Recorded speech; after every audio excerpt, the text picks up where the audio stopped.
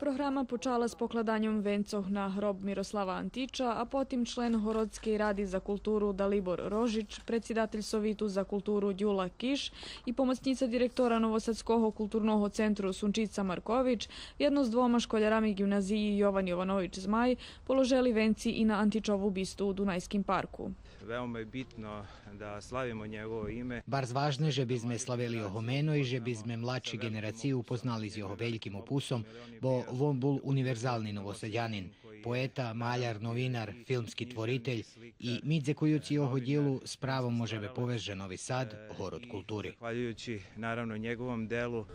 Programu prikrašeli najmlači z recitaciju Antičovih najpoznatših pisnjoh. Manifestacija Antičovo dni pod motom Laca njižnosci otrimuješ po 16. marec na vecej lokacijoh u Horodu.